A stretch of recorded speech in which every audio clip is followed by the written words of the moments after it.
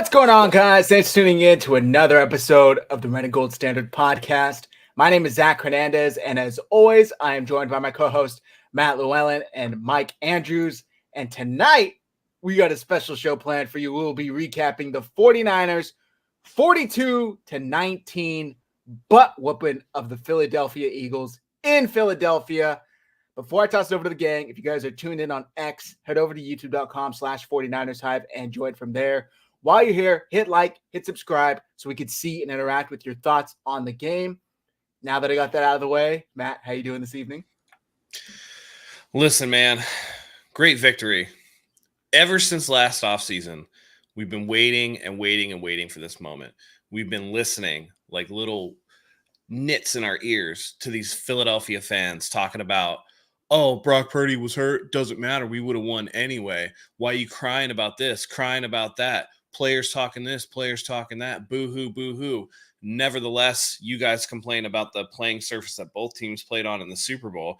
Nevertheless, that there's people on X right now trying to make excuses. Zach, as you told me that, oh, Jalen Hurts missed a couple plays, so, they couldn't make that comeback.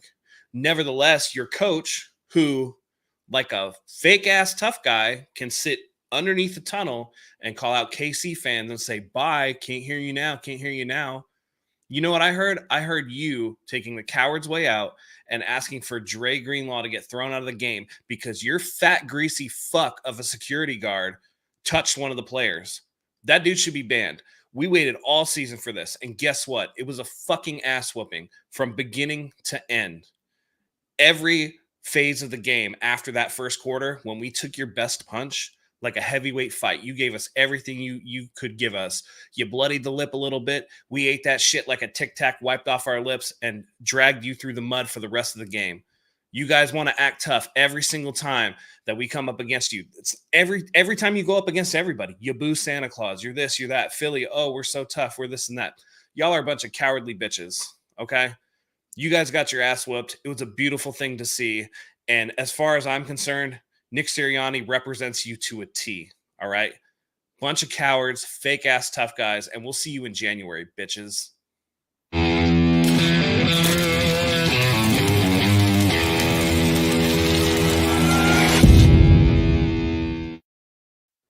Other than that, I'm good, Zach. It was a hell of a game. Yeah! My man Matt bringing the heat. By the way, guys, he took every single one of the little censors that you're allowed to do before the 8-minute mark, so I can't say anything wrong here. But my man Matt was on fire with that intro, and guys, we just getting started. So don't you turn the dial. Don't you go anywhere else, man. We are about to turn the F up for the rest of the show, man. Guys, listen.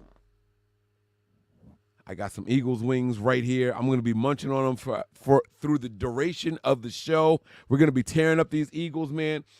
Victory never smelled so good, man. All the excuses go out the window. I heard people saying, oh, my God, you guys cried about losing your quarterback in the NFC Championship game. It doesn't matter. That's part of the game. You guys lost your quarterback for 3 plays. 3 plays on a drive that you still scored on. And I heard people saying, well, if we had our quarterback for the whole game, we would have won. Nah, that ain't true.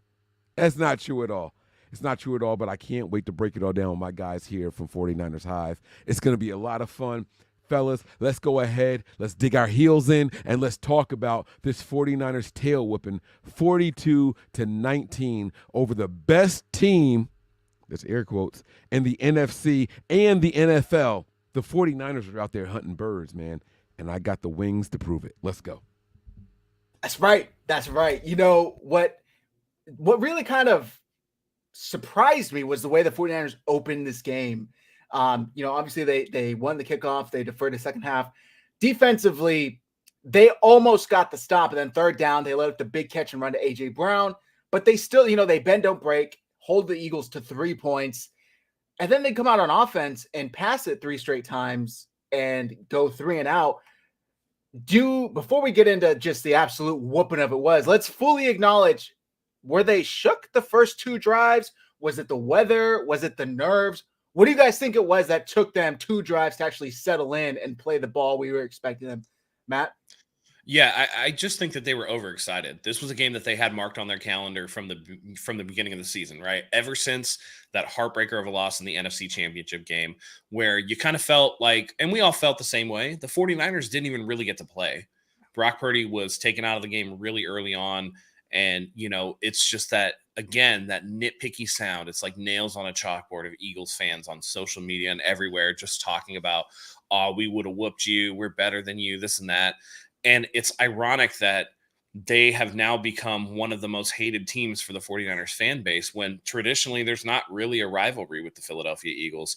And it's essentially due to their fan base. Yep. The players, for the most part, hadn't been super disrespectful until Hassan Reddick kind of popped off. But, even the coaches were pretty complimentary towards each other during the week. And it was one of those things where the players were actually wanting to shut up the fan base. Debo, you could tell Debo was just like, they just, I'm tired of talking about this, but, and each and every player went through it. I think it was a lot of nerves. They were overhyped. And I think that it took them getting punched in the mouth and being able to kind of weather the storm for them to really get into the groove, because once they did, they never looked back. Yeah. And I think that was what was most impressive to me. Before we got a super chat already from my guy, Gray Fox 198. Hey, fellas, my prediction was so close. I was off by 6 points. If you remember on the previous show, I said 42-13 Philly. F Philly. We the best team in the league. That's right. That's right, baby. I'll give them credit. They did 9 points better than Dallas. Congratulations, Philly. You were worth 3 more field goals than the Dallas Cowboys. Yeah. And by the way, we have outscored the top 2 teams in the NFC least by a combined score of 84-29. So let's go. Woo. There was a part of me that was sitting back saying, man, Kyle Shanahan doesn't know what he got himself into after those first 2 drives. But I went back and looked at him again. No touches for CMC. No easy passes for Brock Purdy. He went like this complicated, weird route. And there's a part of me that thinks Kyle did this on purpose to catch them off guard. Let's go out here and just try some things and see if it works. And if it doesn't work, we'll get back to the fundamentals. We'll get back to our regularly scheduled program just to show them who we are. Kyle went out there. He tried some things for 2 drives, 6 plays, resulted in -6 yards, 2 punts. And then he said, you know what? Let's turn it up on them. Now I know how they're going to react. Now I know that if we're in this formation, this is what they're going to do with their defensive ends. Now I know that if we're in this formation, this is what they're going to do with their safeties. He's going to drop down to over here. And we took advantage of them for the rest of the game. Not only did we have the linebacker spinning, which is what Kyle normally does, we had the safety spinning, we had the defensive ends spinning and second-guessing themselves. I think this is all part of the plan. Kyle Shanahan had a master plan for the Philadelphia Eagles.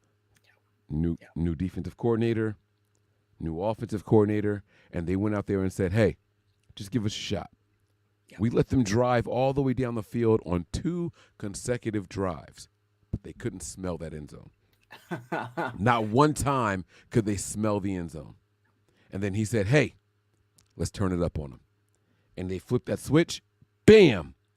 And the 49ers, all of a sudden, were looking like the top team in the NFC. I think it was a plan. I don't think it was coincidence.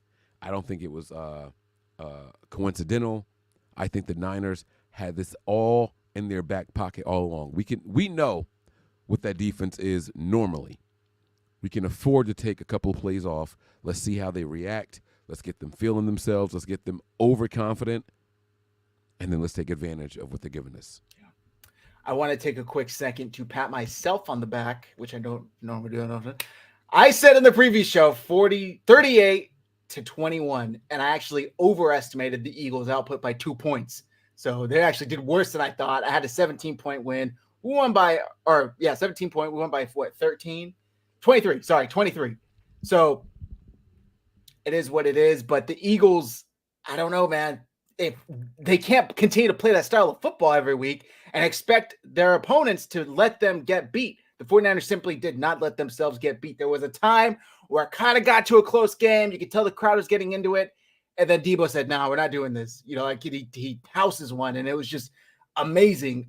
Eric says here, speaking of punch in the mouth, I know we'll get into it, but that security guard I mean, what the hell, guys? I don't know if you want to talk about this now, wait till later, but it was complete BS. Later? All right, let's do later. We'll talk about later. So just going over the box score and some of the stats here. Purdy was 19 for 27, 314 yards, 4 touchdowns, 0 interceptions, was sacked twice, and had a QBR of 82 and a passer rating of 148.8.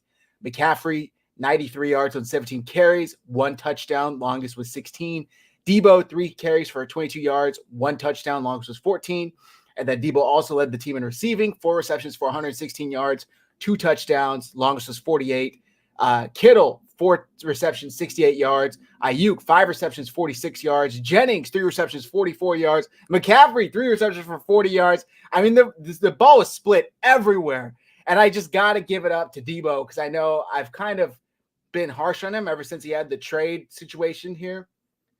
This has got to be in the top 10, top 5 talk this shit, walk this shit moments ever. Like, he talked shit for 10 months. For 11 months, we heard Debo Samuel say, nah, Bradbury's trash, Slay's trash. If we got to play them, we'd whoop them.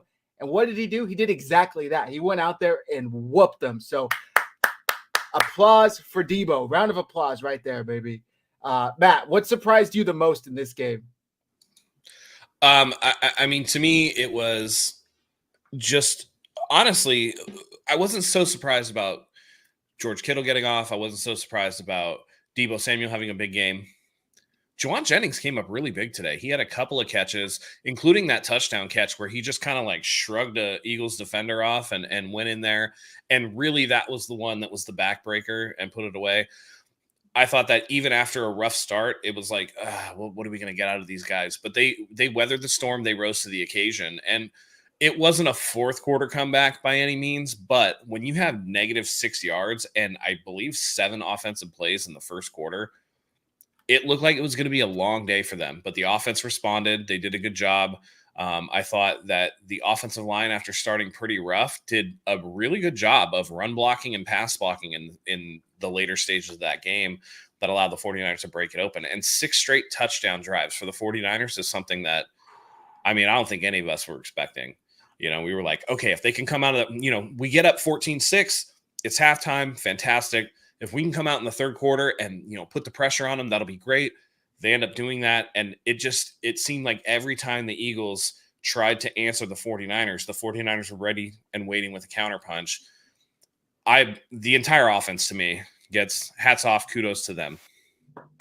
We got a super chat, Mike, before you go, from Chris. An absolute statement win, 6 straight touchdown drives, Great defensive play, complimentary football indeed. It was extremely impressive. And yes, I see here, over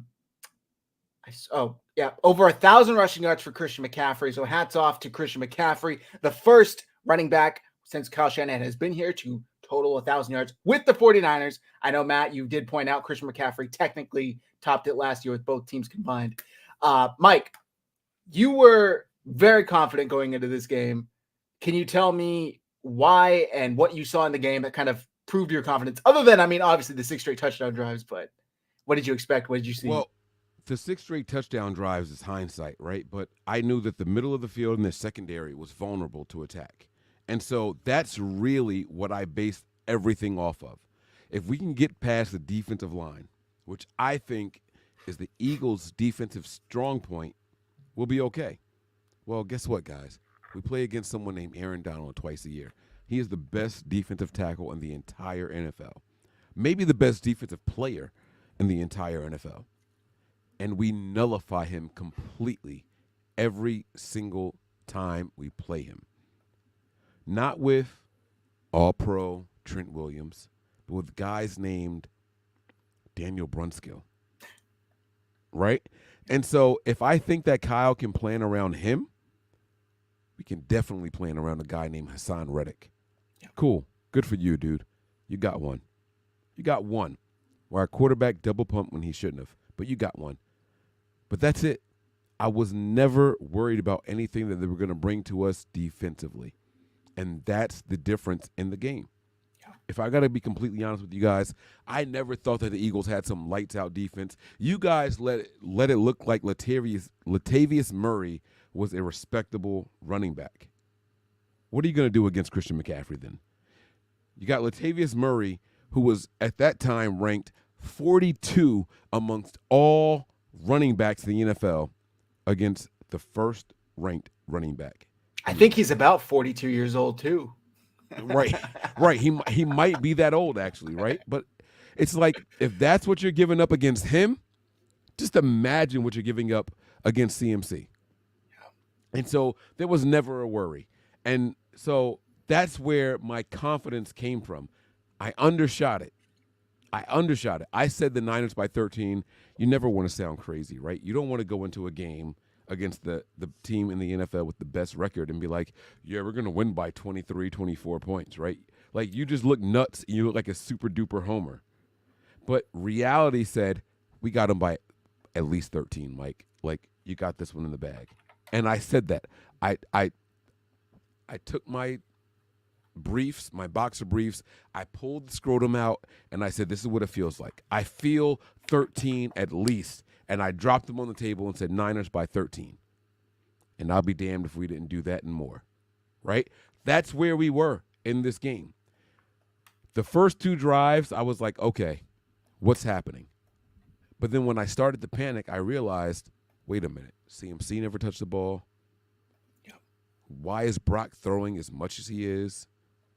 Where's Brandon Ayuk and Kittle? We should be okay. And once those guys started getting mixed in, I said, oh, this wasn't Kyle just goofing off. This was Kyle giving them something to think. This was Kyle feeding their little remedial brains. Oh, this is what we're going to do all game long. And then he said, no. Welcome back to reality. And he danced and matriculated all over the field. We went deep, short, intermediate, super deep again, back to intermediate, short. And there was nothing they could do to stop it. And because of that, I'm going to be eating Eagles wings for the duration of this show. When you guys see me stuffing meat in my mouth, pause. That's why I'm doing it. I just want you guys to know that's why I'm doing it. Christian, clip this. Because Kyle Shanahan said there was absolutely nothing those Eagles can do to stop us if I'm really in my bag. Yeah. He showed it. He put it on tape, and he was absolutely right. We didn't give the ball up again until garbage time. That was it. Shout out to Kyle Shanahan and this 49ers offense. And shout out to this defense because they drove. We got tough. And they didn't get anything when they were trying. Nope. The only touchdown they got was when the Niners were up 3 scores and the game was well out of reach. Yeah. That's how you play Niners ball. Shout out to our guy and our defensive coordinator, Steve Wilkes. I want to say this real quick. Hear me and hear me well. And you can clip this. You can send this around social media however you want. The San Francisco 49ers are the best team in football. They're the absolutely best team in the NFL. I don't care who's coming in the AFC. I don't care what quarterback you got. They will whoop you and never stop whooping you. 6 straight touchdown drives. When have you ever seen that? When have you seen that from a 49ers team? The problem previously has always been, yes, they can build up a lead, but can they sustain it? Can they add to it in the third and fourth quarter when the other team is coming back? And it's always kind of been, I don't know, man. It's tough. Jimmy's kind of holding. No, that's not anymore. The Brock Purdy 49ers will never stop scoring until Sam Darnold's in there. Like, Sam Darnold finished this game. The 49ers essentially put up 42 points in like 2.5 quarters because they didn't really do anything. They had -6 yards the first quarter. They whooped them in the second quarter, whooped them in the third quarter. And then Sam Darnold was like, all right, I'll go in there. I'll finish it off. I'll hand it off a couple times, Jordan Mason, and then we'll take a knee once we get past the 2-minute warning. So what they can do when they're at their best is just miles better than anybody else. The 49ers might not lose another game this year. If they can do it, what they did today, I don't see who can contend with them. Coaching, players, the physicality, the mindset, they're just fully aware of what's at stake and what needs to be done to get there. And they're doing it every single down. It's very impressive. Mike, did you have something to add? Oh, I thought you were tossing your hand up. Matt, go ahead. Yeah, I agree with you. I mean, and this goes to, something I want to address. If you're a 49ers fan, if you're really a fan, it's okay to be a fan. It's okay to enjoy your team. Don't be like one of these cone cronies out here trying to naysay what the team is doing before the game is even over, okay? Don't let that negativity into your life. There are people that will tell you that Brock Purdy doesn't deserve to be in the MVP conversation because Deebo Samuel did a lot of the heavy lifting. But, Zach, to your point, the 49ers have been able to build big leads before, but we've always had to worry about them because are you able to sustain that lead? And as you said, Brock Purdy is the guy that's been able to sustain that. We know what Jimmy Garoppolo looked like in this offense and what that entailed. And the games where you go from scoring 34 in one game to scoring 11 the next game or 10 or whatever the case may be. The 49ers are right up there in the top of the NFL in scoring offense. And as Mike pointed out, more than once, this defense hasn't scored any points. There's no pick sixes. There's no fumble recoveries for touchdowns. All the points that the 49ers have accumulated this season have come from offensive touchdowns, from field goals. And I'm not saying that Brock Purdy is going to win MVP, but you have to recognize that at this point, the Nick Wrights of the world, the people that want to denigrate what Brock Purdy has done, what the 49ers have been able to do with real, actual, good, solid quarterback play with a kid that seems to have nerves of steel and is able to get the ball to where it needs to go to, doesn't seem like he's hesitating to make the right read. It's not perfect, but we judge it based off of our fandom. So we're going to be more critical. Just look at the statistics for not only Brock Purdy, but for the team since he became the quarterback. And you'll see that this team is now a complete team. And the NFL better watch out because I believe we were a Brock Purdy elbow injury last year from going to the Super Bowl and winning. If this team stays healthy the rest of the way, the league better watch out because we're going to bring number 6 back to the Bay. Exactly, man. It's great. Antonio Baker says, you realize that they went farther with Jimmy than we did with Jeff Garcia. That's fair. But the problem with Jimmy was always, when nut cutting time came, could you show up? And 2, could you extend on a lead that you built in the first half? And more often than not, it was no, unfortunately. So that does not seem to be the problem with Brock Purdy. He outplayed, and I'm saying that very confidently, he outplayed MVP frontrunner Jalen Hurts today. Jalen Hurts was 26 for 45, 298 Jalen Hurts yards. ain't no MVP frontrunner. No. Not anymore. Well, I'm talking about Vegas odds prior to today. 26 to 45, 298, 1 touchdown, QBR of 40, and a pass rating of 85. So he had an additional 18 passing attempts and still had less yards than Brock Purdy. I mean, Brock Purdy, and I'm pretty sure he started 0 for 4. So he only missed, 4 throws the rest of the game. It's just extremely efficient and impressive from what we're seeing from a quarterback who essentially just entered his second season. So he continues to impress me, handled the situation very well. I was a little worried for his sake after those first 2 3-and-outs. I wasn't sure if the moment was too big for him, if too much of the externals were getting to him. That wasn't the case at all. He came as soon as he hit that first pass to George Kittle. It just was like a snowball rolling downhill. It never stopped. It absolutely never stopped, to the point where Eagles fans were running out of the link in the middle of the third quarter. They couldn't even stay and watch their team. They booed them going into halftime, and they were only down 7.5 or 6.5. I don't even know what the hell it was at half. So it's hilarious, but I'm just reveling in all of it because they talked so much shit for the past 10 months. So it's nice. It really is nice to just show what probably would have happened in January, but what definitely happened in December. And if the 49ers have to face this team again, I'm not worried about it at all. If they have to face Dallas, I'm not worried about it at all. This 49ers team can go toe-to-toe with anyone. There was a comment in here that said, how confident are we that the Cowboys handle the Eagles next week? Matt, what do you think?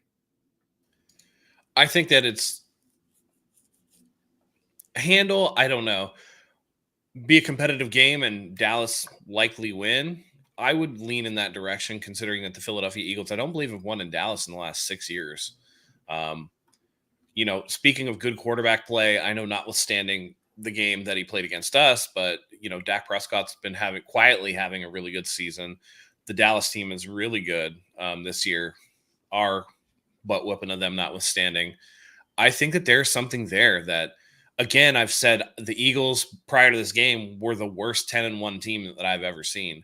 And when they went up against an actual legitimate Super Bowl contender, they got waxed. So I do think that it's possible that Dallas can handle business. I'm keeping my fingers crossed. If Dallas can beat Philly and the 49ers win out, then the 49ers are the number 1 seed in the NFC, and they get home field advantage in the playoffs. And I'd like nothing more than that, to be honest. I think it's very likely they do. They almost beat them in Philly. I mean, Dallas basically beat themselves, cost themselves out of 10 points, at least 7 points, and then ended up losing by a couple. So they probably will beat them next week. Had Kansas City or Buffalo done their jobs the way they were supposed to the past 2 weeks, this wouldn't even be an issue. The 49ers would already be in first place.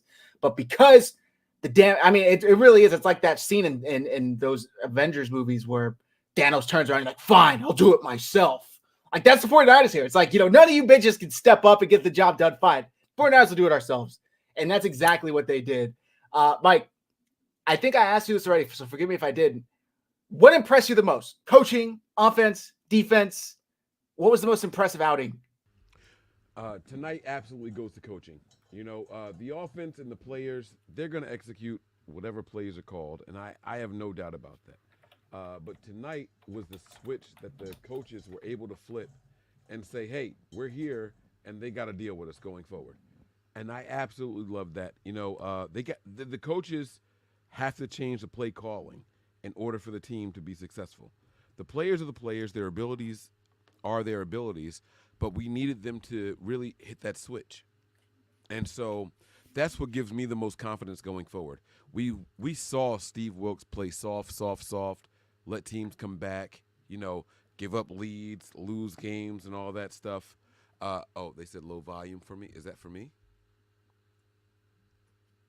I apologize. Oh, I don't know if that's for me or someone else. Yeah. No, it was you. Am I still low? It's better. But yeah, so we saw these guys go out there and just give up leads and things like that. Tonight was all about adjustments, and I, for one, sincerely appreciated what the 49ers were attempting to do on both sides of the ball. We saw them play soft, and I threw things around my house. We saw them play aggressive. We saw some plays come down to Ambry Thomas at the last second getting his head around. No flags thrown because he turned around and looked. That's what I want to see. Show these guys that you have faith in them playing one-on-one. You don't need zone. You don't need that kind of shit to make this team successful. That's what I want to see. And they did that on both sides of the ball. That's where it starts. That's where it ends. You want to show faith in the players, not just the scheme. And the Niners did that. It was complementary football in the very essence of the phrase. And that's what I like to see. All right, we got our guy Ali here. He's going to share his thoughts on the game. I'm going to bring him in. Ali, how's it going? Yo, what's going on, fellas? How you guys doing? Doing great, man. Can't complain. How you doing? Doing great, man. I was on Mike's show earlier for a bit, and I was so overjoyed and so like I said, I was waiting 10 months for this game, and I was so happy. Like, I don't even know what I said. I swear I blacked out. I don't know what I was saying. I couldn't put together a sentence. I was just like, my hand was shaking. I was so pumped for this win. It feels so good to beat this team and set ourselves up for this number 1 seed. If we can get another Philly loss here and we can just continue to string it together. Yeah, it's fantastic, dude. I'm so happy for just the 49ers able to get that monkey off their back. And I really think that was kind of the thing. It's like, what if? Well, it doesn't matter anymore because you went and did it. So I know the Eagles players and probably fans are going to try and play this down. Like, well, it didn't really mean much to us because, we still have the first seed, yada, yada, yada. I've seen a bunch of them already. This is the Niners Super Bowl, yada, yada. I'm pretty sure you want to win every game. Like, I'm pretty sure the objective isn't, well, we can kind of drop this one and the next one. Like, no, you want to win every game, especially since now next week on a Sunday Night Football, you got to go into Jerry's world and handle business against the division rival Cowboys.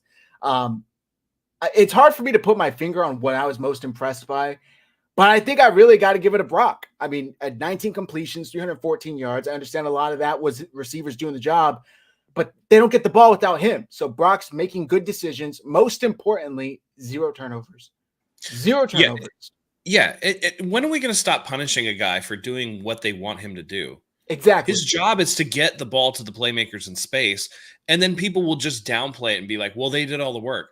That's the offense, guys. That's the offense. You guys are acting like Patrick Mahomes never had Tyreek Hill house a screen pass, right? Nobody cares that it only went 2 yards in front of the line of scrimmage. The fact of the matter is it's about running your offense in a way that gets your team points. And right now the 49ers are in the top 5 scoring offense in the NFL. I believe they're number 3 as it stands. We'll have to see how the rest of the week shakes out, but they're going to be, 3rd or better in the NFL in scoring. So it's getting old at this point. The narrative that Brock Purdy is a system quarterback, a dink and dunk guy, a this and that should have been blown out of the window the last 2 weeks when you had those deep touchdowns to again in the last couple of games. The fact that he can hit his spot, the fact that, again, we always quote JT O'Sullivan, but I think it's appropriate here. He hits throws with capital A anticipation. The fact that he can layer throws, the fact that he does everything that you want a quarterback to do, but as somebody pointed out, right, he was picked in the 7th round and his name rhymes with Turdy. That's why people don't like him, because he upsets the apple cart that only first-round quarterbacks should be good. Only 6'3" and above quarterbacks should be good. Only quarterbacks with a howitzer arm should be good. He's burying all of these narratives each and every week. And at this point, people hanging on to those narratives are just pathetic. Yeah, exactly. It's like if you're going to tell me that Jalen Hurts has X amount of rushing touchdowns when he's getting pushed in by 9 men behind him and he's literally just along for the ride, then you can't tell me simultaneously that Brock Purdy's passing touchdowns don't count because the receiver ran 30 plus yards into the end zone. It's all about distributing the ball. You're playing point guard as a football player, and he makes the right decision. He takes care of the ball. He doesn't turn it over. He gets it to an open guy. If you don't want there to be 30 yards of yak, maybe you should cover better. Maybe you shouldn't allow your receiver to be that open to where he can catch the ball, break one tackle, and run it to the house. And by the way, that's the art of it too, isn't it? Getting the ball to the playmaker on the side of, there was one throw where he turned Kittle back inside, right? Where you might be protecting him from a hit and turning him loose and giving him leverage. There are subtleties to this that people don't want to pay attention to because they have this axe to grind. And, it's getting old, man. Yeah. We're at the end of the season, it's all going to bear itself out. And I don't think anybody's going to be able to deny it at that point. I think after this stomping, it's going to be really, really hard. I mean, these people are hanging on by a pinky finger. Nick Wright is hanging on by a Patrick Mahomes curly hair. You choose where it's coming from. It's old. And Brock Purdy has answered all of the bells. They want to see a 4th quarter comeback win. But when you're so good that your team just dominates a team like the Philadelphia Eagles, who were 10-1 coming into this game, does it really matter? I want to say real quick, and then I'm going to toss it back to you, Ali.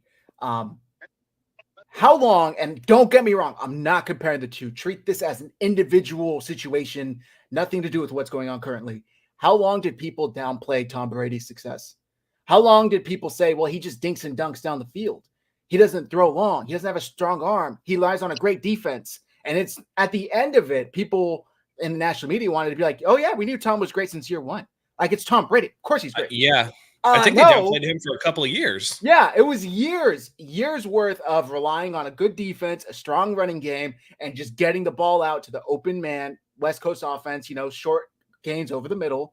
And then it wasn't until he became a superstar, clear best player, that people were like, oh yeah, of course, it's Tom Brady. Yeah. What are you going to do? Bet against him? I really do think that Tom Brady didn't actually start getting his flowers until 2007 when they had the undefeated season. He threw 50 touchdowns. I think even until that point, he was kind of viewed as more of like the West Coast quarterback or whatever. Their first 2 Super Bowls were kind of driven by their defense a lot more than they would be later. But I think it's just really short-sighted to shortchange people because of your expectations or whatever. But he's another guy that was a late round guy and they didn't want to give the kudos to. Exactly. It's ridiculous. Ollie, I'm going to throw it back to you. Purdy was so goddamn impressive today. Like, like you guys were saying, just to pick up on you guys were saying, is that if you think he wasn't thinking about the NFC Championship game going into Philadelphia before this game, he definitely was. And for him, after with a shaky start in the first quarter, for him to come out and just string it together after that, just shows that he is actually like a really, really good quarterback. I'm not going to use the word elite because, it's only his, second year, and it's not even his full second year, but this performance was so impressive. He just put it all together, and for him to come in to Philly and literally after that first quarter, we dominated the rest of the game, and there was throws he had to make, like Matt was saying, layered throws. He made them, made the right reads, was looking off defenders,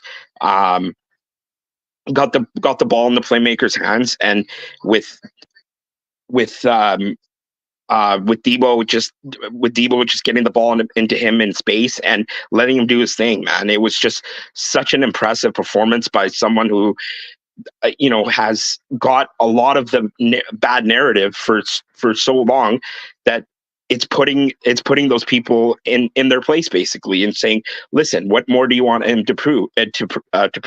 He outperformed a potential MVP candidate in Hurts, plain and simple. He outperformed him. This kid's got it, man, and it's super exciting to see how the rest of the year plays out, because he can, if he continues to play with this kind of composure, with this poise, and with this fucking moxie, we're gonna hopefully go a long way here. I agree 100%. And if you would have told me at 10 a.m. this morning, Brock Purdy's only going to get sacked 2 times today for 4-yard loss in total, I mean, I already knew the 49ers were winning this game. Like I said, I predicted 38-21, but I would have been that much more. I probably would have put $100 on them, $1,000 on them, because that just says everything. This vaunted Eagles defensive line, right? Which I know they're not as good as they were last year, but they still would love to believe they're as good as anybody. Only got to him 2 times. This makeshift 49ers offensive line outside of Trent Williams is a bunch of plug and play pieces. Did its job for the most part. And I'm going to give most of that credit to Brock, because he's able to get the ball out quickly. He's able to maneuver, escape pressure, and still get the ball downfield. So that was really impressive. Mike, I see people in the chat talking about Ward, Jair Brown. Did anything you saw today, in the 49ers secondary concern you at all? Not a single thing. Other than play calling, the play of the players in the secondary did not concern me at all. When they were instructed to play soft, you could tell, obviously, they were playing soft. They were playing zone. They were playing prevent when they called it. But when they were asked to play man, they had the clamps on these guys, and that's exactly what you want to see. When they want to turn it on, the Niners can turn it on. I thought that there was going to be a couple of calls where it was like, oh my God, they're going to call pass interference, but guys got their heads turned around right at the last possible second. Boom, PBU, and it's got to count because we turned our head around. We weren't playing the guy, we were playing the ball. That's exactly what you want to see. The Niners haven't played that way consistently for years. And so this secondary went out there and did exactly what they were expected to do. I think they exceeded expectations. I think normally we would have walked away and said, hey, if we got 2 or 3 penalties for pass interference, might be a win. None. Absolutely none of them today. These guys went out there and they put the clamps on all those big players. Now, let me be clear here. I understand that Brown had over 100 yards. Smith had 9 receptions, less than 100, but a touchdown. But you got to look at how those plays happened, a couple of missed tackles and things like that. But as far as coverage goes, coverage in particular, this team did exactly what we want to see them do. I want to see them make tackles more consistently. There was a couple of broken tackles, specifically by Smith. Devontae Smith was breaking tackles like he got paid to do it. It was crazy, right? But other than that, the Niners secondary was absolutely fine. Anyone complaining about it just wants to complain. Shout out to the 49ers secondary. Good job, guys. It was definitely impressive. All right, I'm going to bring up the whole Greenlaw situation, since that I feel like was a pretty vital point in this game. So I don't remember what point, third quarter, sometime in the third quarter, the Eagles are driving. Obviously, we know Greenlaw goes to make his signature suplex tackle, which started well inbounds. I'm not faulting him for this tackle at all. He's done it a handful of times, always gets both teams riled up. It's a clean tackle. But he gets flagged for it because it ended out of bounds. Started inbounds, ended out of bounds. Both teams are scrambling. They're getting in each other's faces. And the Eagles, fat fuck of a defensive security, whatever the hell his title is, head of security, gets up, pushes Dre Greenlaw, to which Greenlaw puts, I don't really know what he was trying to do. If he was trying to say, this guy touched me, if he was trying to intimidate him by putting his hand in his face. And Greenlaw gets flagged. I know what Greenlaw was doing. Please. He was doing the boom thing. You could tell he was making like a gun motion. Okay. Yeah, that's what it looked like to me, because he had his hand closed right when he brushed his face, and then extended the finger as he moved back. That's what it looked like to me. That's probably what ended up getting him tossed, to be honest. That motion, because it's not like he took a swing at him, right? He extended his arm straight ahead. I'm sure Dre Greenlaw knows how to throw some semblance of a punch, but I'm guessing that's what it was. It was like a, it's like an insinuation of something more. Right, which is hilarious, because if you go on X right now, Eagles fans are literally saying, I can't believe Greenlaw punched Dom. I can't believe Greenlaw put his hands on Dom. What is this, man? I've never seen this in my entire 29 years watching football. I've never seen a head of security break up a scrumble between players. What are you doing? You're supposed to protect them from outside threats, fans, random people getting into the stadium, actual threats. This is not a threat. This is not a place for you to do your job. Get the hell out of here. What the fuck are you doing on the sideline? This is for the refs to break up, and maybe the coaches at most, the head coach, to get your own players back. They let the head of security get in there, and Nick Sirianni, an absolute bitch of a coach, you can read his lips saying 57 needs to go. 57 better go. Like crying for Greenlaw to get ejected, which of course they did. They also ejected the head of security. They made him at least leave the sideline. I've never seen anything like this in my life. And we saw a ton of players from opposing teams. I saw Aziz, a former 49er, Aziz Al-Shair, came out and said, if anybody other than a ref puts his hands on me, you're going to get it a lot worse than what Dre did to you. Yep. So what the Darius hell was Butler that? said it too. Yeah, Darius Butler said that too. And here's the thing. Here's what I don't understand. If the Eagles guy got ejected, then why wasn't there another unsportsmanlike flag thrown? Exactly. There should have been two. There should have been two, and there was only the one on Dre Greenlaw. And let me tell you something, Eagles fans. You might be cheering that dude, and you might be dapping him up. And, we saw on the sidelines the Eagles people were dapping him up and everything like that. That dude's gone. We saw what happened when Tyreek Hill took a phone from an NFL photog guy. They suspended him for the season. This dude's getting fired. Yeah. There's no room for anybody who is not either a referee or a player. There's no room for them to. This is not a nightclub. You're not a bouncer. This is an NFL game. This was a bang bang play that happened on the sideline, and you put your hands on a player. You're done, dude. You're done, and you deserve to be, you greasy fat piece of shit. Like, you can't put hands on people like that. And as somebody who is, what's that? While I agree with you in spirit, he'll be right back on the sideline next week. I bet you he won't. I will bet you, Matt, I'll bet you a hoodie. You pick the hoodie, I pick the hoodie. I bet you a hoodie. He will be right back on the sidelines next week, and I'm going to tell you why. I'm going to tell you why.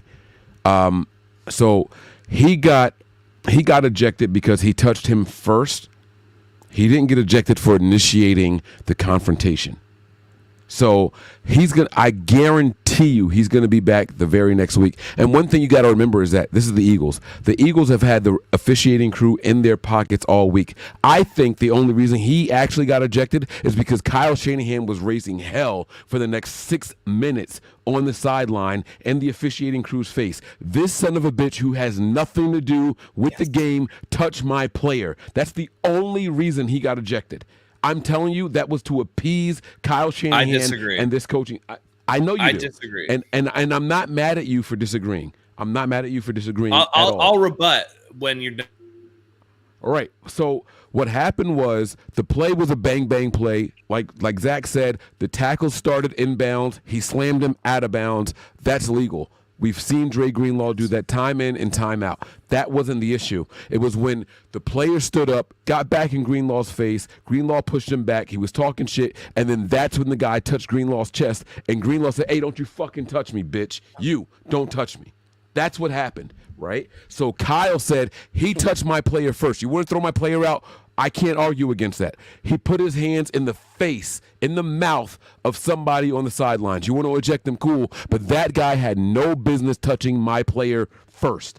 And that's when the league said, okay, we got to throw him out. You want to know why there was no flag on him? Because it was a reaction to what Kyle Shanahan was saying to the coaching staff. If the officiating crew saw that and felt that way, like you said, there would have been 2 flags and it would have been offsetting penalties. Greenlaw would have still got ejected. He would have still got ejected, but there was only 1 penalty that took place on that play. Kyle Shanahan is the reason that guy that had nothing to do with the game got ejected. So next week, I guarantee you he's going to be back on the sidelines again. He is the head of their security crew or whatever. This fat fuck had no business being out there. I don't give a fuck who he is. Fuck him. Fuck everything he stands for. Whatever Italian restaurant that they say he represents, I hope they find asbestos in your fucking macaroni and cheese. Fuck him. They shut that shit down. Fuck him. But that's the reason that guy was ejected, because Kyle Shanahan was raising absolute hell, and there was no way they were going to throw a flag on him 3 minutes after the play was over. So the best thing they could do was say, hey, you got to get out of here also. The only reason he was ejected from the game is because Kyle Shanahan had a valid point and they had to throw him out. It was a reaction to what Kyle Shanahan said. He's going to be back next week. I guarantee it. And this is why I guarantee you he won't. How many times each and every week do we see something similar in the scuffle between players happen in the NFL every week? How many times? It happens every week, right? Would everybody agree to that? Yeah. Mm-hmm. Okay. So now the precedent has been set, right? That if a non-referee, if a non-player gets involved in a scrum, a non-coach even gets in a scrum, he might get kicked out, but that player's getting kicked out too. So why me strategizing, if I see that scuffle, why am I not immediately sending that guy over there to start some shit? Why would I not? Because what's the worst case scenario? My guy gets thrown out. I don't give a fuck. He's not on my coaching staff. He's not one of my players. Nick Sirianni lobbied to get one of the 49ers' best defensive players thrown out because this dude got involved and was successful in doing so. If the league does not step in and do something about this, particularly, again, after they took away that photographer's credentials for Tyreek Hill taking something from him, there's no way they're going to let this go, because it's going to incentivize teams to let these guys. It's like a paid enforcer on an NHL team. You're just going to get the guy involved in the scrum because it doesn't hurt you. It doesn't hurt whoever, Greg Olson's obsession with Dom or whoever the fuck he was. The Eagles don't really care. They dapped him up. He left. No problem. But the gamesmanship of getting Dre Greenlaw out of the game and potentially being able to come back on the 49ers when the game was, I believe it was still 21-6 at that point, that could completely change the tenor of a game. It didn't today, but that doesn't mean that it can't in the future. And the NFL is really good about reacting to this type of stuff. They want to eliminate the tush push in the offseason or the brotherly shove or whatever the fuck it is, because it's something that they don't like. I guarantee you a non-coach, a non-player, a non-referee getting involved physically with a player on the sideline over something that happened on the field, they're going to nip that in the bud immediately. They're going to come out, I guarantee you, early in the week saying that dude is not allowed to be on the sideline. Like, book it. Matt, listen, bro. I love you. And I have no qualms about anything you say or do on this show. You know that already, right? But here we have to face some hard truths, okay? This dude was not a defensive player for the Eagles. Our defense was on the field. It's not like another defensive player stepped in and stood up for his players. We've seen fines be issued because of that. Not penalties during the game, but fines. They're not going to fine some security dude $15,000. That might be half of his fucking salary. They're not going to fine this guy that amount of money. So what they they're going to revoke his field privileges and he won't be able to be on the sideline. Matt, they're not going to do that, because what you will. You have to understand. We got the hoodie on it. Like that's just what it is, right? But you have to understand what I'm saying. The reason he was ejected was because Kyle was raising absolute hell on the sideline. When New York, when the league office reviews this, when player safety representatives, who's the head of the player association? Is it Troy Vincent right now, or the Troy Vincent, Drew Brees, one of those guys? They're going to look at this and they're going to be like, we cannot have this stuff happen on the sideline. We cannot incentivize this to happen. Because there are people out there that are going to game that system. I just think that they're going to take this dude out. And you don't have to fine him. We're talking about him being on the side. I don't think he's going to be back out on the sideline. That's my opinion. At the very least, why is he on the sideline to begin with? Well, no. That's not cool, Zach. He's the head of security. He's supposed to be on the sideline. Are they? Streakers. But why? Yeah. But why is he so close to the white lines then? If he's head of security, why is he up there? That's different. He's supposed to be on the sidelines because of streakers. Right. Why is he looking on the field rather than out the stands? No, he should be looking. He should have his back to the sideline, looking at the fans. Yes. Who are you trying to secure that's on the field? No. You guys are wrong. There's two sides to the field. There's the home side and there's a visitor side. You can't dictate. You have to face only this side and only react to what happens on this side. You're either on the field or you're not. You're not understanding me, Mike. You're not understanding me. I am. Listen. He has an entire team. There's security all around the ring. In the NFL, he's on the Eagles sideline. Why the fuck is he facing the state? Why is he facing the grass? He should be facing out in a perimeter. Let me tell you, just as a military person, right? If I'm guarding something from external, hostiles and external, players, I'm not looking behind me. I know it's back there, right? That's the game that's happening. If you're head of security, you need to secure the players from the fans. The fans are who he's supposed to be worried about. But he's now facing in. He's got people on the other side. He's got people on the 49ers sideline. He don't need to be looking over there. There's nothing over there for him. That's not true. Why is he turning his back to his job to go after one of the 49ers players as head of security? The field is 53 yards wide. I got players playing the far boundary and the close boundary. I have to watch my players. Streakers, threats can come from either side. Now, when they say ball, why does he have the bulk of the Eagles players behind him, and why is he so close to the white line? He should be back near the bench area. No, you got to let me finish my thought.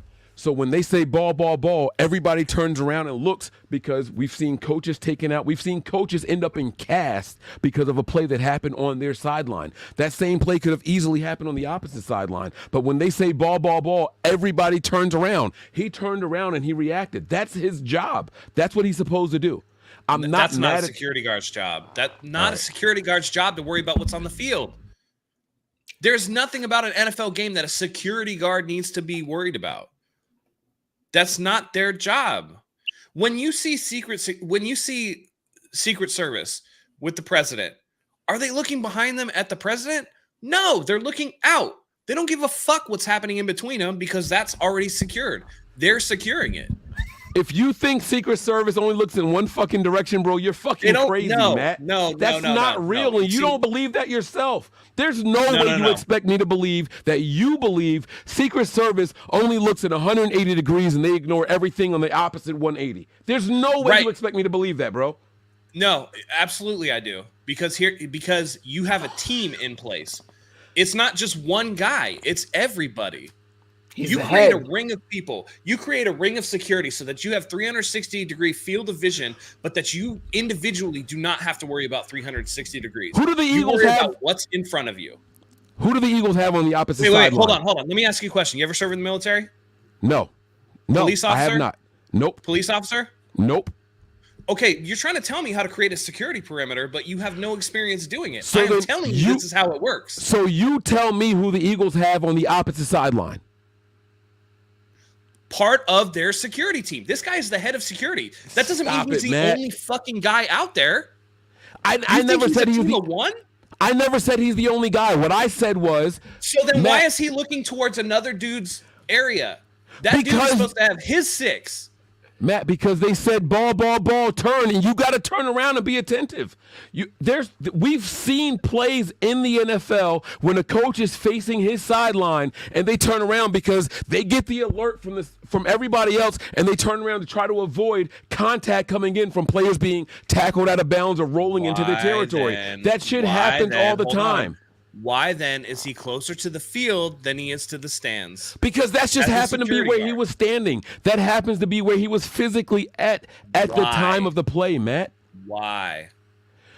Why? If your job is security and you're protecting the players from the fans because you're security, right? Everybody that's down at field level has been vetted already. You don't have to worry about them. You're watching. He should have been closer back behind the bench area as security. Watch this. Much less than Secret Service, much less than military posts and all that shit. I have done security at nightclubs before, and they give us posts. You got the front door, you got the back door, you have the employee entrance, you have the fucking bar and all that shit. And you know what they tell us? When something goes on, you listen to the radio. And when something happens, whoever's closest, you have to react immediately and get there to support your guy right away. Okay, I just asked you guys not even 72 hours ago to subscribe to a channel. And one of my guys was a security detail for the first time on our very last show, and he will tell a story on that same show where he says, I had bathroom duty, and when I say, hey, bathroom, whoever is the closest has to get their ass over there. When they give that heads up on the walkie-talkies, you got to turn around and get there. So when they say ball, it's coming your way, you have to turn around. Even if that's not the sideline that you're patrolling, if that's not the side that you are commandeering, when you get that call, you have to turn around and be on 100%. That play was made on his side of the field where he was currently standing. So when they said it's a play coming in, you got to turn around, that's what the fuck he did. I'm not saying he was right for his actions. What I'm saying is you're creating conjecture where there is none. I'm not creating conjecture, bro. That somebody said ball to him. The player got slammed on his sideline, and everyone says, watch out, and they fucking turn around. That's natural. Mike, that has nothing to do with the security guard. The player getting slammed has zero to do with the security guard. Okay. Zero. You know whose job that is? It's the referee's job. And it's been the referee's job in every game. When have you ever seen another head of security get involved in a scuffle? Never, because they're not fucking supposed to be there. They're supposed to have their asses behind the fucking bench watching the stands for anybody that could potentially hop the rail and go out there. That's his job, is to coordinate the security team. Mike, his job is not to be sitting there watching the fucking game right over Nick Sirianni's shoulder and getting involved in a player scuffle. I don't care what you say, that dude is wrong. He's going to be banned from the sideline. I know we got the little bet on it, but I'm telling you, as somebody who has worked in the military, who has previously secured things, that's how shit gets fucked up. Who was watching his area? Who was watching his sector while he was fucking with Dre Greenlaw? Matt, he was turned around until the play happened, bro. He was less than 48 inches away from the fucking tackle. When someone says heads up, turn around, look, again, that's his job, I will ask bro. you, Mike, I will ask you, why? Why was he 48 inches away from the play? Why was he not back behind the bench area where the Gatorade is for the players so that he can keep an eye on the stands, unobstructed by dudes that are fucking 4 and 5 inches taller than he is, he can't see? Are you saying that he couldn't be right outside the white but facing the Eagles sideline of the stadium? Is that what you're saying? That doesn't make any sense, Matt. Yes, it does. If he's 5'11" and he's trying to look at the stands over guys that are 6'3", 6'4", 6'5", he's going to have an obstructed view. Not if you're standing back far enough to see over them, which puts him closer to the fucking sideline, bro. He was not in the white when the play happened. And then when he turned around because they gave him the heads up, he turned around. There's a guy getting tackled right in his face. That's when he put his hands on Dre Greenlaw. It was after he turned around that it happened, is what I'm saying. I'm not, listen. Let me be clear. You're justifying it. You're making excuses for him. Nah. No. I'm done with this. This Matt, is not. I'm not justifying. I'm not saying he was wrong. I'm not saying he was right for. I'm not saying he was right for putting his hands on Dre Greenlaw. What I'm saying is he's not wrong for fucking turning around because of the alert call to say, "Hey, watch out! The play is coming right here, right now." That's the difference in what we're saying. I'm saying that he could have been backed up with his heels on the white sideline on their inner edge, watching the whole stands, and someone says, watch out, and he turns around. I'm saying that that's what I believe happened. I'm not saying that he. Okay, I'm not saying that he was facing the field. I don't think that at all. I think that he got an alert that a play was coming, and you got to turn around and get your legs up. We literally listen to me. We literally. You're wrong. You're But wrong. Matt, I'm not going to listen to you because you're wrong, Mike. I want you to let me finish a fucking thought, bro. All I'm saying is this: we literally saw Johnny Holland not get turned around long enough, and he ended up in a fucking cast for the rest of the season because he didn't turn around fast enough. This guy got the alert and turned around fast enough to see Dre Greenlaw making a tackle on the sidelines. Johnny Holland didn't get that, and he fucking blew out his fucking knee and ended up in a cast the rest of the season last year or the year before, whenever the fuck it was. So because they gave him a heads up, it doesn't mean that Johnny Holland didn't have his back to the fucking sideline. I'm just saying that he turned around fast enough and then he reacted. I'm not justifying the reaction. What I'm saying is where he was physically placed is not illegal for the scope of his job duties. He's got to see everything. And if all these fucking football players are taller than me, I got to be back far enough to get a wide view to make sure no one's hopping over the sidelines. That's my job. Now, if you say, hey, turn around, watch out, and he turns around and then he puts his hands on a player, that's fucking in the scope of his job duties. Hey, Mike, can I ask you a question? Absolutely. All right, there's metal detectors at a stadium, so it's a reasonable assumption if they're doing their job, there should be no guns, right? Okay. If he's standing back towards the sideline and there are players in between him and the stands, how is he going to react if somebody in the stands hops the guardrail with a ceramic knife and decides to stab a player? This is how I know your argument is bullshit. Because they're going to be the first line of defense between the players and the stands. Their duty is to physically put themselves in between the stands and the player, because you cannot react and run through a bunch of dudes to try to get to somebody. You need to have an unobstructed view of the wall. You don't have to look at every individual player. You have to be able to see the wall and visualize quickly if somebody's coming over the top of that. Yes. Metal is out. We're not worried about guns. We're not worried about that. But anybody could have anything. They could have a rope. They could just want to attack somebody with their fists. A beer can. It could be anything, right? It could be anything. And I'm with you. So their job is to physically stand between the players and the fans. And what I'm saying, and I'm with you, Matt. What I'm saying is if your heels are on the sideline facing the stands and you're looking that way and you're patrolling everything from the Eagles sideline to the stands, you're looking that way.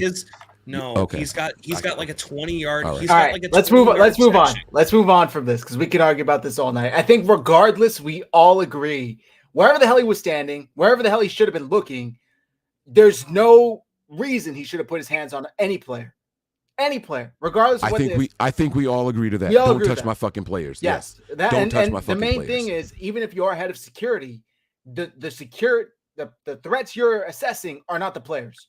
They're not on the field. It's nobody with the jersey. It's nobody with pads. It's outside of the players. Matt, Mike, Ali, we all agree it should have been 100%. The refs only that should have broken this up. So for him to put his hands on Greenlaw, because that's who started it, he pushed Greenlaw off of the player. That was bullshit. Just complete bullshit. And I think both of you are right, especially when saying that Kyle is the only reason why that guy was forced to leave. Because in real time, it was probably 5 to 7 minutes of stopped play, them going back and forth from coach to coach. And it kind of first ended with Greenlaw's getting ejected. And then they went to Kyle. Kyle was screaming his head off, understandably, saying, why the hell is he touching my player? But I think the biggest part of all of this is how big of a turning point this could have been. I mean, if this is a Fred Warner, if this is a Nick Bosa, if this is a 3-point game, if this is a 1-score game, and you're getting one of the top players ejected for the rest of the game, that's unacceptable and should not happen in the NFL. So I think something will happen. What it will, I don't know, but it's complete BS. I want to go on the record and say that I agree with everything you just said. I think Matt agrees with everything you said. I think Ali agrees and everybody watching agrees with everything you just said. We should not let the results of the game temper our temperament of what happened. right? That could have been a very pivotal moment in this game for us to lose one of our starting 22 Yes. because of some bullshit that this knucklehead did, this fat fuck did. We should be absolutely livid. Do not let the results of this game, this 42-19 victory for the 49ers, sway how you feel. We should all be up in arms, because if this was a one-score game and they won this shit by a field goal, we could say if Greenlaw was out there, they wouldn't have got that field goal. We should absolutely be up in arms. So that is not what I'm saying at all, and I'm not going to revisit it. I think we should be livid that this fat fuck touched one of our players and our player reacted and got kicked out of the game. I don't think by any means or any stretch of the imagination that Greenlaw getting ejected and him getting ejected was on equal ground. I don't think that at all. And the NFL has to be better in those situations. I 100% agree with you. Go ahead, Ollie. No, in my opinion, I agree with what you're saying there. But like, in my opinion, the only reason why Greenlaw was ejected is because they wanted to level the playing field. Like, we were taking control of that game and had. I don't remember the score, but I think we were up like 13 or 14 points at that point. Yeah, does anyone know what the score was at that time? I believe it was 21-6. 21-6, if I'm not mistaken. Yeah, I think Matt's right. And by the way, Ollie, before you continue, real quick, for anybody that's watching, this is just me and Mike having a debate. We're cool. It's nothing personal or nothing like that. I don't want people to get the wrong impression. No, absolutely. It's all love. I love Matt. Like real. Yeah. Like that's real. Hey, yeah, we're ride or die. Go ahead, Ollie. Yeah. No, yeah, like I feel like the only reason he was kicked out was to level the playing field. This is arguably one of the games of the year, the most talked about games of the year that everybody was building it up to be. We were taking control of that game and had a firm grip of it. And, they wanted to take arguably one of our best players out of the game. And for some bullshit that shouldn't have even been a situation because of what this guy was doing. And I can't tell you why on earth he felt the need to make himself a presence in that situation. Like, dude, step back. You're not even supposed to be there. Step back and just move. Like, you're not supposed to be there. Like let the players play. Let the players figure it out. Okay, you threw the 15-yard flag on Greenlaw for tossing Gainwell out of bounds, but that's a flag. That's a flag. But that's as far as it needed to go. There was no reason for Greenlaw to be kicked out because of this stupid idiot situation. And if imagine this was a closer game. Imagine it was like a playoff game. That could make or break someone's season. I gotta pull this up. This is from Tabor Pepper. They're tweeting Mall Cop, Paul Blart, Mall Cop. This is hilarious, yo. Yeah, no, that was the fucking guy. And by the way, what pissed me off, not only did he get a standing ovation from the entire stadium, he got more of an ovation from the stadium leaving than Hurts coming back out of the fucking locker room. But he dapped up every player and coach he walked by like, hey, good job, you got him kicked out. Hey, good job, you got him kicked out. Fuck you, Philadelphia Eagles. On top of that, every single one of you. On top of that, Greg Olson's talking about him like he's some fucking folk hero. Right. He's calling him by name. He's calling him by name. I literally heard in the background Olsen get down on his knees when he started talking about this guy. It was pathetic, man. It was pathetic. And I just want to say, same thing, man. There's no excuse for this. I just saw, I have over in the corner, I have the Packers Chiefs game or whatever. And Mahomes got hit like right before. It was a 15-yard penalty. People are up in arms because you hit in a quarterback or whatever. It's a situation. I didn't see a security guard go down there. We've never seen this before. And I just look at this dude. This dude looks like a knucklehead. This dude looks like a mouth-breathing, fucking sleep apnea having, fucking fettuccine eating piece of shit, and he needs to go kick rocks. He's absolutely a knuckle dragger. Fuck this guy. He's absolutely a knuckle dragger. Fuck this guy. He's a fucking Neanderthal. And I don't want to make any goes well with Nick about Sirianni. Goes well with Nick Sirianni because Nick Sirianni I was just about to say so fucking punchable. Yep, an emotional tool is what these guys are. Absolutely, I'm 100% with you. So I don't want there to be any mistakes about what we're saying. We were disagreeing on the scope of his job duties. We weren't disagreeing on whether or not he should have been ejected or if he should have touched Dre Greenlaw. We were all on the same page. Now, Mike, I will grant you this one thing. If he is the head of security, then maybe he's just not doing his job because, when higher ups get fucking lazy and let the grunts do the work, he was probably just sitting there watching the fucking game, to be honest. He looks like the type of motherfucker that would have a hot dog delivered to him and watch the game instead of doing his job. Yep. I was trying to pull it up. I think it was on Instagram. The NFL account posted the kind of handshake between Sirianni and Shanahan. And it sounds like Sirianni says, sorry about that. And then I don't really know what else happens. Are you talking about the week leading up to it? Are you talking about begging to get Greenlaw kicked out? Like, there's so many things, but who knows? I mean, really, who knows? Is this guy famous or something? Because like even the announcers, like the head Kevin Burkhardt and Olsen, they knew his name. They're like, oh, that's whatever his fucking name was. They knew his name. Like, who is this guy? He's head of security. I don't know. Apparently a local legend. Well, I will say he's been with the the Eagles since '99, so he's like well known to like Philadelphia, the franchise or whatever. He's been there since '99. But that doesn't excuse anything that he's done, and actually that makes it worse because he should know better. They did a story on him before the game or before kickoff. You know how they like try to make it like personable and locale based. And his family has a restaurant in the Philadelphia area and all that shit. So they were promoting this guy and the hard work that he does. And you want to promote the community, and I'm all for that.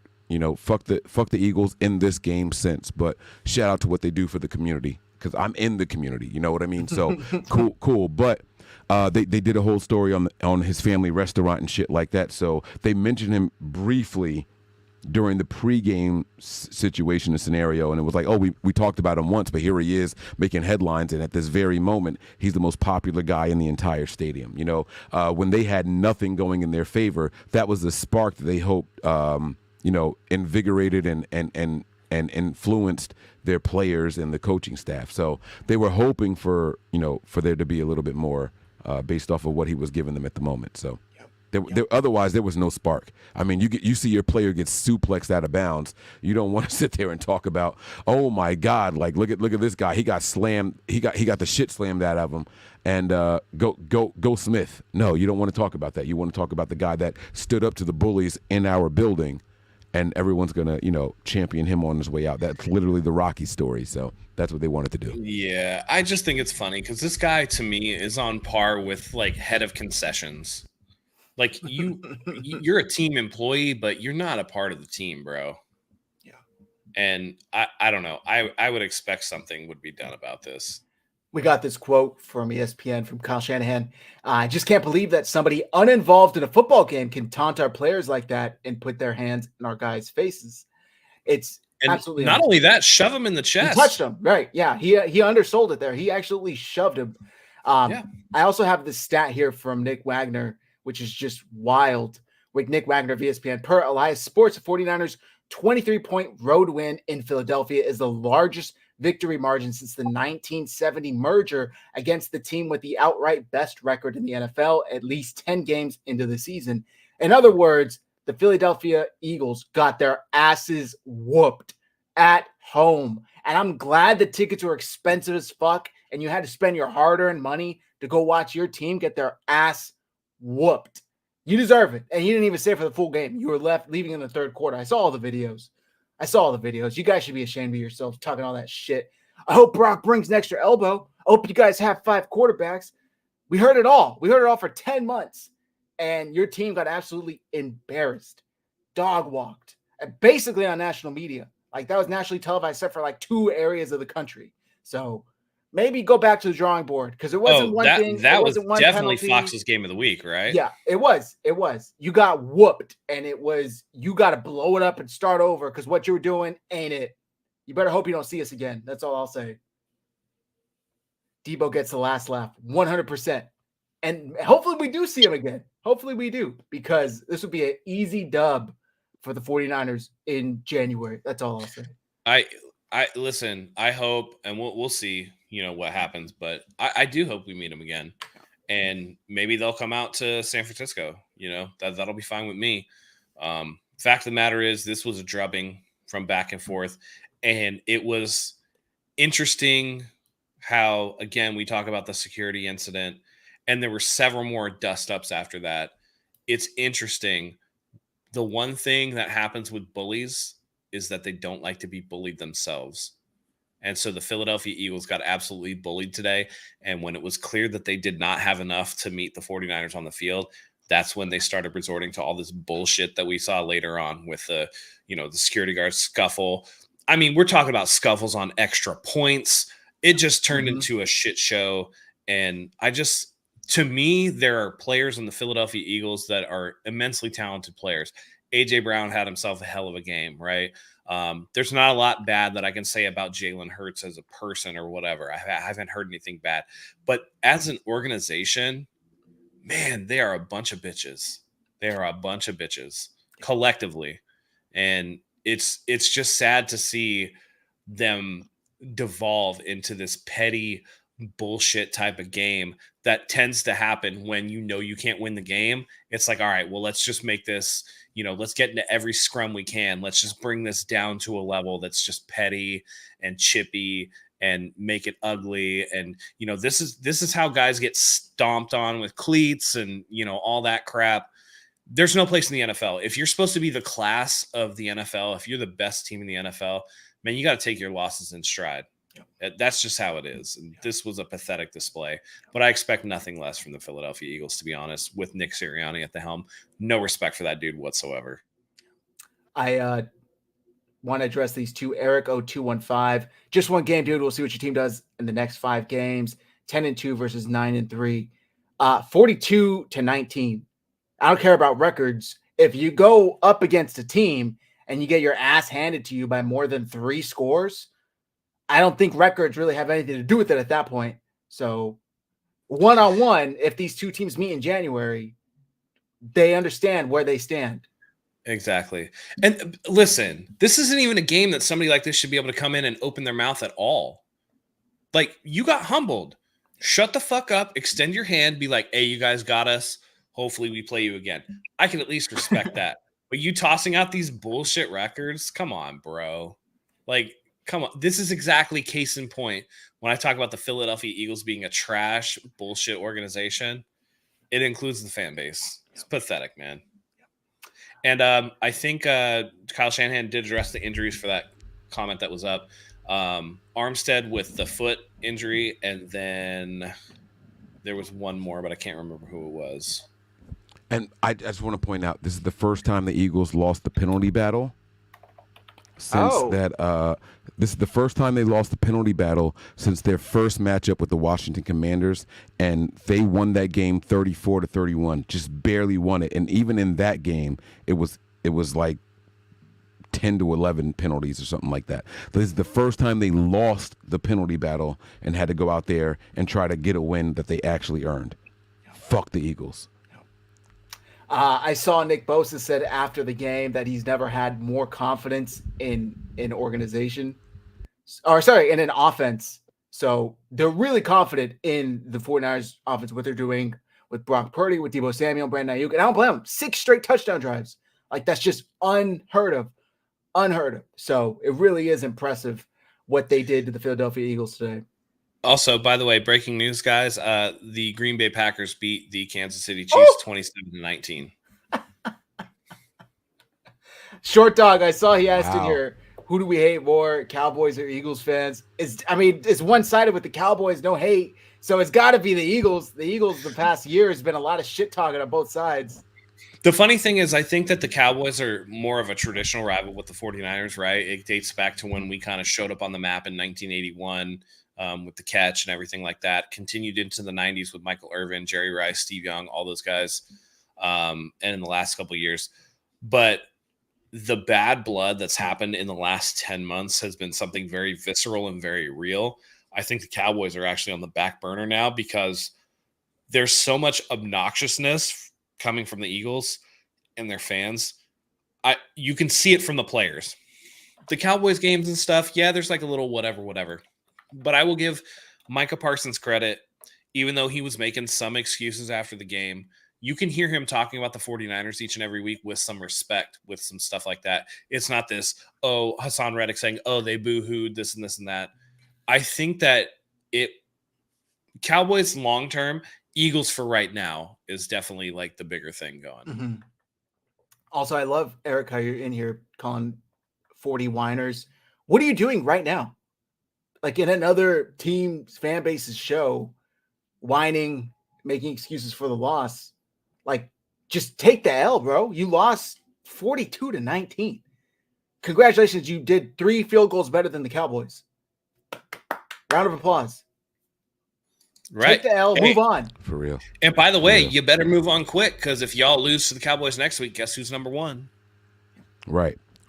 And for the people that were saying, oh my God, the Niners only won because they had 10 days of rest versus our 7 and all that shit. Guess what? The Cowboys are also coming off of 10 days of rest. So if that's your excuse, just go ahead and pack up the dub right now. I mean, the L right now, because it's going to happen again. I want to give a big shout out to our guy, our defensive coordinator. Yes. Steve Wilks, since this bye week, has been absolutely phenomenal. If I'm not mistaken, he's allowed 1 defensive touchdown. I got to go back and look again, but I think he's only allowed 1 defensive touchdown since the bye week. That's pretty fucking phenomenal, because the touchdown that they had last week was off of a Brock Purdy pick 6. They had nothing against Jacksonville. I don't remember what was there. Was there another game since then? Well, there was 2 Tampa. today. There was 2 touchdowns today. And then Tampa. Yeah, Tampa got 2 touchdowns as well. Okay, so there were 2. Okay. In Tampa. You're right. But he's just done a phenomenal job in adjusting and things like that. So I still won't credit it to him being down on the field, but he's done a phenomenal job in listening to the players, trusting the players, and going with what they're more comfortable with. I think Steve Wilks deserves a hell of a head nod, a hat tip, whatever you want to call it. He's done a phenomenal job since the bye week. Way to make adjustments and listen to your guys. We're seeing a lot less of guys like Isaiah Oliver and a lot more of guys like Womack and things like that. More Ambry Thomas, more Deamador Lenore, and definitely more of Javarius Ward following teams' number 1s. I think he's made a phenomenal adjustment there. I want to give a shout out to Deebo Samuel stepping up in the kickoff return. I want to give a shout out to, even though you gave me a heart attack, the other number 10, Ronnie Bell, in the punt return game. You gave me a heart attack, but it didn't cost the Niners anything. Maybe we should stop complaining about Ray McLeod. Never. and the punt return game. I don't know, Never. man. I've never seen him let one roll down his thigh. Yeah, right. I've never seen him let one roll down his thigh. But the Niners went out there and did absolutely what they had to do from start to finish. 2 drives, no touchdowns, and the Niners just went out there and ran it up. They just absolutely ran it up. So I want to give a shout out to the coaching staff. Way to make adjustments, way to make reads. In-game adjustments are how good teams become great, and the Niners did exactly that. So I just want to tip my hat to those guys. All right, we're going to be wrapping this show up. The Sunday night game is over. The show went late, but you could still place your bets for Monday night. Cincinnati, Jacksonville. Interesting AFC showdown. They, of course, Bengals don't got Joe Burrow, but they got Jake Browning, and they got some offensive firepower. Can the Jags prove they are who we think they are? There's a ton of storylines going into this game, a lot on the line for Jacksonville. Go place your bets right now with MyBookie. Use our promo code Hive. Get that deposit bonus all the way up to $1,000. Go take advantage right now, guys. We could all use an extra 500, 400, even $100 for Christmas, honestly. So Mybookie.ag, promo code Hive. Take advantage of our deposit bonus. MyBookie, bet anything, anywhere with MyBookie. Before we get into our chat pack question, I see we have a super chat from Sean. The Cowboys beat us in the NFC Championship in the late 60s, early 70s. Also, John Brody, R.C. Owens, Cox didn't sack, but DL sucked. But Die sucked. Mike, nice Mike. Yeah, I'm sure, LOL. You see Devo wave to Ben Deho after every TDR year. I'm sure there's a few inside jokes in here for the Nothing But Niners crowd. Yeah. By the way, I just want to share, I was at a Christmas party Friday night, and I met Y.A. Tittle's son. That was pretty crazy. Like, I went to the bathroom, and I came back, and there was this giant man in my seat. And my boss comes over to me. She goes, "You know who Y.A. Tittle is?" I'm like, "Yeah." She's like, "That's his son." I was like, "Oh shit, no way!" It's crazy, crazy. First great 49ers quarterback. That's all right, awesome. I got Hold a on, great. real quick, Zach. Listen, you don't want to cook with me. Dude saying you don't want to cook. The only thing that's cooking is that copium you got in that spoon right now that you're about to fucking shoot up. The Eagles defense might still be sizzling after giving up 6 touchdowns in a row. Right. And shout outs to Brock Purdy, by the way, since the bye, 1,152 passing yards, 11 touchdowns to 1 pick. Yeah. Balling. All right. Chat pack of the night. If you had to share what your guilty pleasure of a song is, what would it be? Oh, this is a good one. I'll go ahead and go first because my guilty pleasure song has never changed and it's not going to change. Beyonce's Get Me Bodied. I don't know what it is about this song, bro. I try to sit still when I hear this shit. It just starts with the beat that dooms, chat, dooms, doom, chat, dooms, chat. And I ain't worried doing me tonight. A little sweat ain't ever hurt nobody. Like, yo, I just can't help it. I'm doing the dance and shit. She's patting her hair and everything. And I am literally that dude sitting in the corner doing all these girl dances and shit. And I absolutely love the song. It's never going to change. Beyonce's Get Me Bodied is my #1 guilty pleasure song. It has been since the song came out. It's never going to change. I absolutely love that song. Shout out to my girl B. Go out there and kill them. And if you guys don't know, she's got a whole little movie thing going on right now in theaters. Go check it out. The Renaissance Tour is in theaters. You'll appreciate it. I promise you that. Go Beyonce. Okay, I got mine. And this is actually just recently because I got it stuck in my head and I can't get. It's such a fucking sweet riff, man. Careless Whisper, George Michael's, Wham. You guys know the song.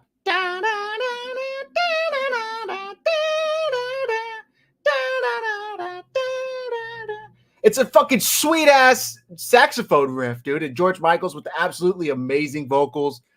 It's a great song. It's got to be my guilty pleasure right now. Who's going next? Ali, Matt? All right. Dang, man. I don't even want to say this shit. That's all right. I don't care. I don't care, man. Taylor Swift. I like Disney, okay? I like Disney, and it's cool now. I get to be a Disney adult because I'm a Disney dad. Whatever. There was a movie that came out in 1994. It's called A Goofy Movie. And there's a fake band in there called Powerline. And they have a song that's called it's called Stand Out. Tevin Campbell sang that shit. Yes. Bro, that song is legit. Stand out above the crowd, even if I got to shout out loud. Yes, that's my shit. You know it. Yep. That is my shit, bro. Every time I'm into it. I'm into it, man. I love it. I love it so much. That's hilarious. All right, Ollie, what do you got? Probably like Michael Jackson, like You Rock My World, probably. You're going soft with it. You're going easy. That's probably my genres are very like, it's like house music and a little bit of rap. So like that's a little bit of an older school one. So okay, all right, I'll accept it. All right, that's gonna do it for this show. The 49ers just demolished, embarrassed, whooped the Philadelphia Eagles. I don't ever want to hear them in the same sentence. Go home, go cry about it, group up. Maybe you can beat Dallas next week if you're lucky, if you get enough rest. So the 49ers are taking care of business, and so are we. Hit like, hit subscribe. Before we do, Mike, let the folks know where to find you if they don't know already. If I can make you stop and take a look at me instead of just walking by. Ding. That's another standout reference right there. But if I could make you stop and take a look at me instead of just walking by, I would tell you guys to do it over on patreon.com/NB9ERS. We have a ton of fun over there, especially during the games. The live action is second to none. I had a guy in there for the first time today, and he said, Mike, I should have been here instead of watching with I'm not going to say the other channel's name because I don't want to throw any shots at anybody, but he said this is definitely where the energy is. This is where I want to be. So guys, head on over there, patreon.com/NB9ERS. Thank you guys very much. All right, go check it out, guys. Patreon.com/MB9ERS. Ali, thank you for joining us. It was a great time. Good job recapping a win. Matt, carry us out. Absolutely. I'm just going to leave this here. Fuck you, Philadelphia. Fuck you, Nick Sirianni. Fuck you, Eagles. We'll see you bitches in January. 2 birds down, 3 to go. That being said, Ali, thank you for joining us. Mike, love you as always. Zach, host with the most.